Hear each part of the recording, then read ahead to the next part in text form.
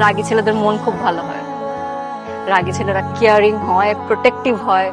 আমার রাগ অনেক বেশি, এটা সহ্য করতে অনেক ধৈর্য লাগবে। আমার অনেক ধৈর্য। আমার অল্পতে মাথা গরম হয়ে যায়। আমি মাথা গরম হওয়ার মতো কিছু করবোই না। আমি এমন একটা মানুষ যার কাছে মানুষের সবসময় কষ্ট পায়। আমার তো তাই।